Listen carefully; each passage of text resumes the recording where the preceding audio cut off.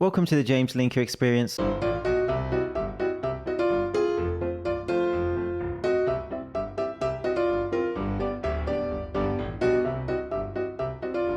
that was dumb. She probably broke what she stole anyway when she, dropped it. Butterfingers. And they will know who she is because she's a delivery person for the other package. Not a lot of thought went into that heist.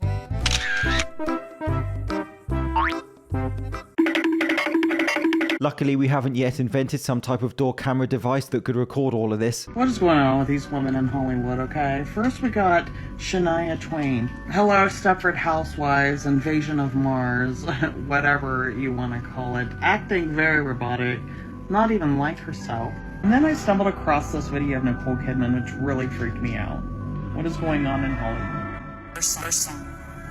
That's maybe his best song. Yeah. Like the handwritten lyrics, yes. like when he first... Bernie's. Yeah. Bernie's lyrics? Yeah. Wow. Yeah. Where do you keep those?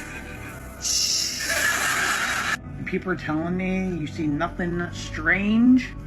Watch how she's talking. She can't even move her face or something. Look at her mouth. Clone, robot, too much money, too much Botox. That's a t-shirt. Who wants to be that famous? They all seem so jaded and, well, strange. I think that's what happens to your eyes after you spend years married to Tom Cruise. Great actor, Tom Cruise, to be clear.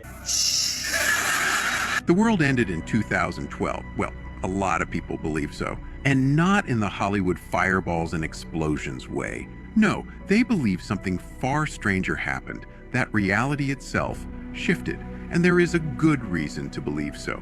The Mayan calendar didn't mark the end of the planet, it marked the end of the timeline we knew. Think about it. Since 2012, doesn't the world feel off? Things do seem off, to be fair. Ever since I was 16 and my hair started to fall out, that's gotta be a glitch. Don't worry, got loads on my back to make up for it. Memories don't match. Small details, brands, movie lines, even history itself have changed. People call it the Mandela effect. I call it leakage. Some believe CERN, in their hunt for the God particle, didn't just smash atoms, but smashed reality. They tore a tiny hole in the fabric of existence, and we slipped into a copy. A copy that looks the same, but isn't. That's why the world feels less real, more chaotic, more artificial. That's why every year since then feels like a fever dream. Maybe the original Earth is gone. Maybe we're the ghosts now, drifting through a simulation built to keep us calm. This guy called Nick Hinton released a series of tweets about this idea. Let me read his tweets. So did the world actually end in 2012? Well, it was a year scientists at CERN finally found the Higgs boson, the particle Stephen Hawking predicted could destroy the universe. Well, what would happen if we destroyed the universe? Would we know? Maybe CERN accidentally created a black hole that sucked us in without even noticing, and we've just been living in it. Some people remember Febreze rather than Febreze. Some people remember Skechers instead of Skechers, Looney Tunes instead of Looney Tunes, JCPenney instead of JCPenney. The list goes on. If these don't look or feel right to you, you're not alone. But the cracks are showing, and the more you notice them, the more unstable this fake world becomes. So go ahead, tell yourself 2012 was just another year, but deep down, you know something changed. Mandela effects get much creepier though. Some people remember the Statue of Liberty being in a totally different location. That location being Ellis Island. It's actually on Liberty Island. Well, anyways, a while back there was a viral thread on 4chan posted by someone who claimed to be one of the 23 scientists at CERN responsible for creating the Mandela effect. They claim the planet was destroyed and we were placed in a simulated world. Well, that is a pleasant thought. The Grand Canyon Lodge has burnt down twice, 1932 and 2025.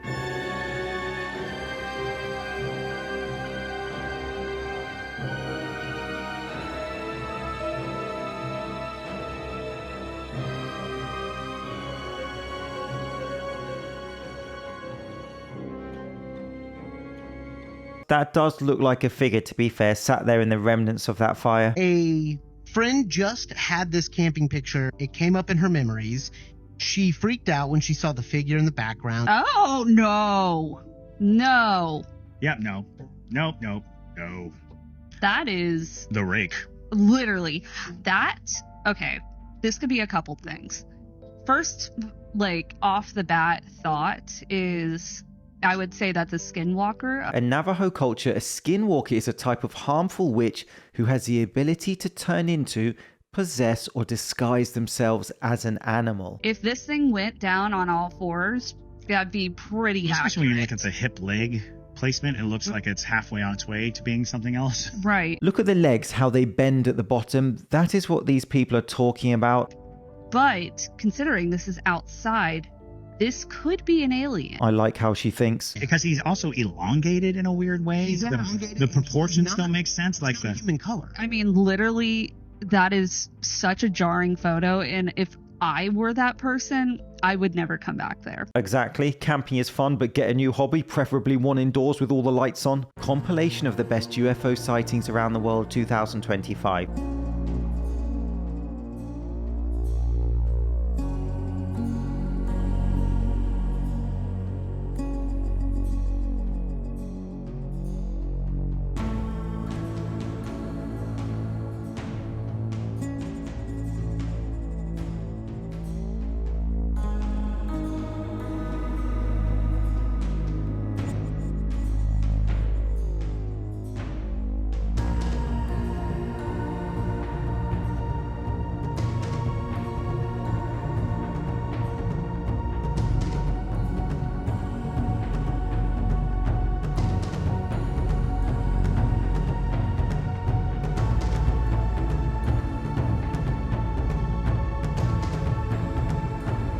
I just have no idea anymore because of AI, CGI. Do any of those look convincing to you? This is terrifying. They're huge bulls. On August 15th, a YouTuber named Dara was traveling a river in Papua New Guinea. And Dara's no stranger to traveling to remote locations, which is why this day they had a guide when they came across an uncontacted tribe. And some of these uncontacted tribes, like the Korawai, have been known to practice cannibalism. At which point you go to the Bahamas and have a holiday on the beach instead. However, this is largely believed to be an outdated practice. But that doesn't mean that they weren't in danger. And this is what leads to be a very tense situation between Dara and the tribe. Here's that encounter. Take a look. Serang lagi, serang. I think they're pointing bow and arrows at us, bro. Seriously, this is terrifying. They're huge bulls. Paddle as fast as you can in any direction, not that way. So I've got like an offering for them. This is Demi back here, who knows the tribe and who's bringing us in. He's telling us that this is the way to basically bargain our way and try and make them accept it. Got salt. Put it in your hand. Put it in my hand? Open it and then just put it in your hands a little bit. Kakak macam tidak terima kita full. Kakak rasa buang. Kakak rasa. I mean, you have to admire his bravery. Oh God. Okay, he doesn't look like he likes that. Like the reaction to much of my cooking, that is not good. Okay, he doesn't look like he likes that. Be careful. He doesn't like it. All right, guys, let's move back maybe. Not really welcome. It's really dangerous. I'm not gonna lie, that is absolutely terrifying. Oh my God. Demi, they're scary. I'm sorry I'd take you here. Thankfully, Dara and his crew made it away unscathed. But judging by his guide's reaction, it could have easily went south quickly. But definitely, go check out Dara's channel. That was genuinely tense. That guy deserves all his views. My heart was beating through its chest watching that, and I'm sat here in the safety of my home in my underpants. I've seen a few videos on it, and I really want to talk about my experience with the old man of the lake. Are you sure this is not better with a therapist? If you don't know what I'm talking about, this is the old man of the lake. Ah. It is a 450-year-old hemlock stump that has been floating around upright like this in Crater Lake for documented the last 130 years, but potentially longer than that. It's said that the old man has a spirit. He does not like being tracked by GPS. 3 attempts to track him have all failed because he moved in, stayed in one place and waited for the GPS to die and then went on his merry way. Let's find some video of the old man of the lake.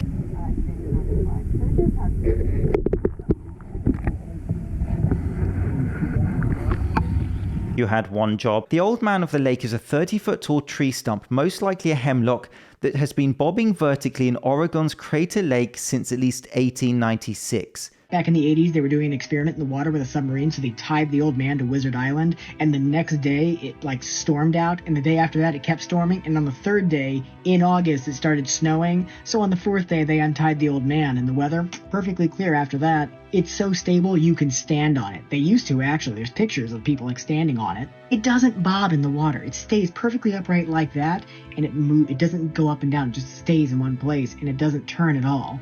It's perfectly stable. This is really strange. I have no understanding of how tree stumps should behave over time, but it does feel creepy. Any videos you watch this, you'll see the waves moving around it, but it doesn't move. There's no currents that push it. It just moves against the current. And when I saw this in person, this is a picture that I took on the boat right next to the old man, and like, it kind of felt like I was being observed. This has been the James Linker Experience. Thank you so much for watching. See you soon.